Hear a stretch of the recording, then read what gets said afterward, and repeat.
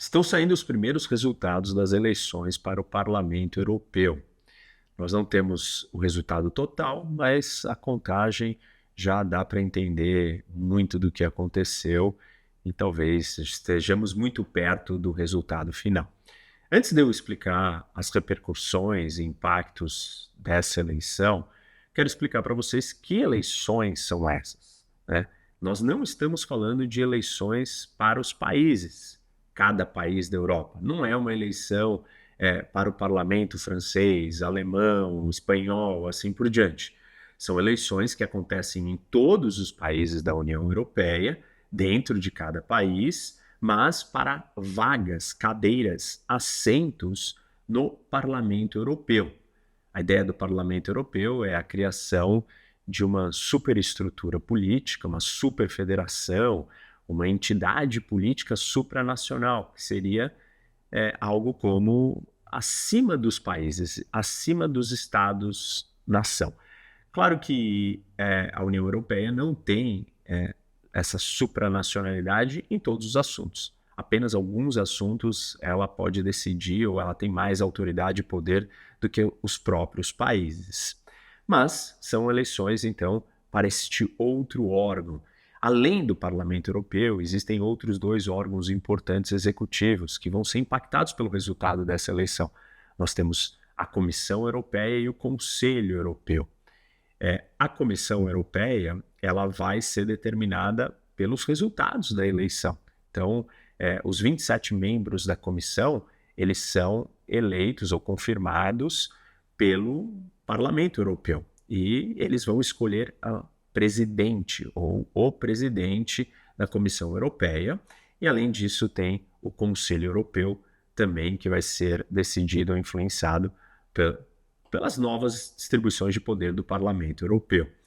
Hoje, a atual presidente da Comissão Europeia é a Ursula. Ela está buscando uma reeleição, mas isso vai depender do resultado das mudanças políticas que aconteceram no Parlamento Europeu.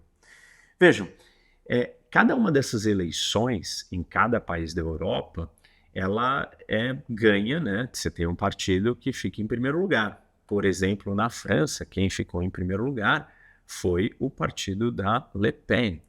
E essa vitória foi surpreendente. Ficou com 33% dos votos. Não é 33% dos votos para governar a França ou para o parlamento francês. É 33% dos votos para as cadeiras que a França tem direito no Parlamento Europeu. E aí, o partido da Le Pen, ele vai chegar lá no Parlamento Europeu e ele vai se juntar com outros partidos de outros países que pensam parecido como ela, ou o partido dela. E essas grandes coalizões ou grandes grupos que organizam as discussões dentro do Parlamento Europeu. Por exemplo, no caso da Le Pen, ela recentemente, o seu grupo é o ID, ela recentemente expulsou o AfD, que é o partido de ultradireita, neonazista da Alemanha. Ela falou, não quero ter relação com vocês são muito radicais, então vocês não vão fazer parte do meu grupo no Parlamento Europeu. E existem outros grandes grupos.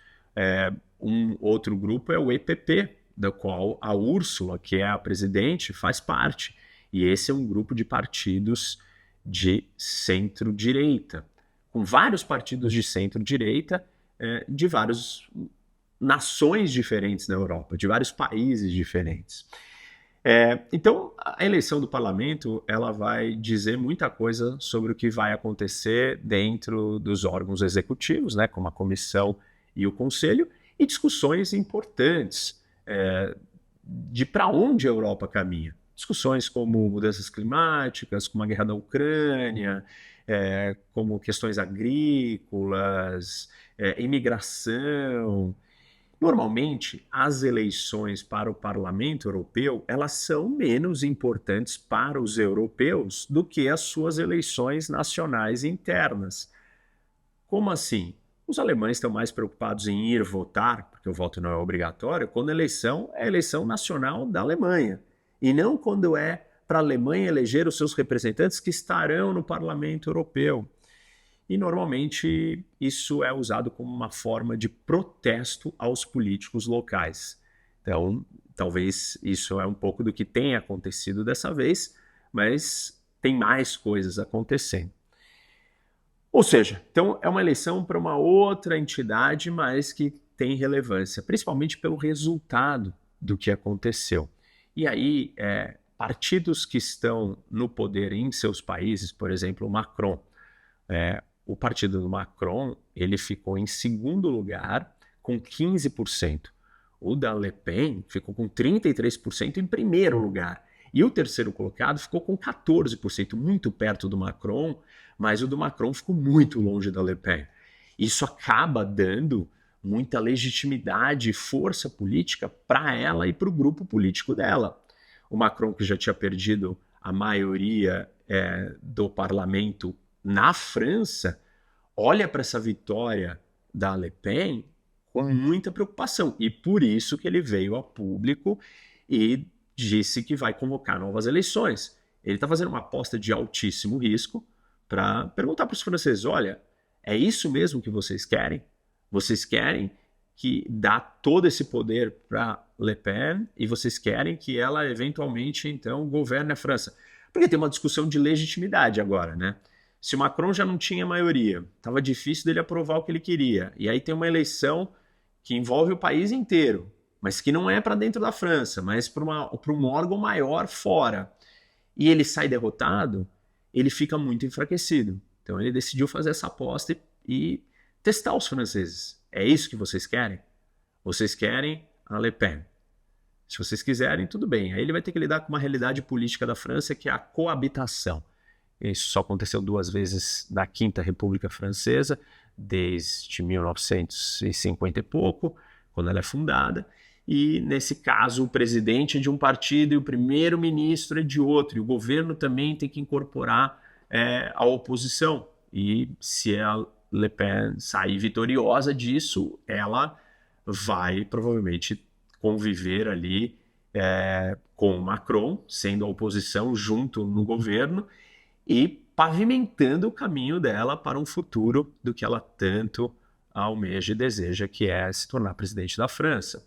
Além disso, os partidos mais à direita saíram muito vitoriosos. Os partidos de ultradireita também saíram muito fortalecidos. A Le Pen é um exemplo claro disso. Mas essas vitórias não são reduzidas ou somente na França. Na Alemanha, o segundo partido com mais votos foi o AfD, que é o partido neonazista, que recentemente foi envolvido em vários escândalos. Um dos seus membros estaria espionando para a China e, além disso, outros membros vieram minimizar o que foi o nazismo e assim por diante. Tanto que até a Le Pen quis se afastar deles. Mesmo assim, eles tiveram uma votação histórica na Alemanha para o parlamento europeu com 16% dos votos, o segundo partido mais votado. Perdeu para o partido de oposição ao Scholz, que é o chanceler. Então, Scholz sai perdedor, seu partido fica em terceiro, Macron sai perdendo. Também na Grécia, na Holanda, na Áustria, em outros lugares, os partidos mais de extrema direita saem vitoriosos. Bom, tudo isso vai gerar grandes discussões, né, para entender se esse movimento é sólido, mas é uma grande vitória. A gente poderia resumir essa história toda com 3 forças políticas, que são 3 mulheres. A presidente da Comissão Europeia, que é a Ursula. Nós temos a Le Pen, que é a eterna candidata francesa, que também sai muito fortalecida e vitoriosa. E nós temos a Meloni, que é a primeira ministra da Itália, que representa um outro tipo de direita, talvez um pouco mais pragmática, uma direita nacionalista, mas não tão radical quanto Le Pen ou quanto a AfD, porque está no poder e tem negociado muito com a Úrsula, tem sido mais prática no dia a dia. Essas 3 forças vão determinar muito do que vai acontecer na Europa. Como eu disse, tem assuntos muito sérios para ser resolvido por todos os países do grupo e assuntos que vão impactar os Estados Unidos, a disputa com China, Rússia, Irã, os vários problemas que nós estamos acompanhando no mundo, geopoliticamente falando. Vamos acompanhar e entender como que essas três lideranças aí vão representar essa nova distribuição de forças e como que elas vão compor o que vai acontecer daqui para frente.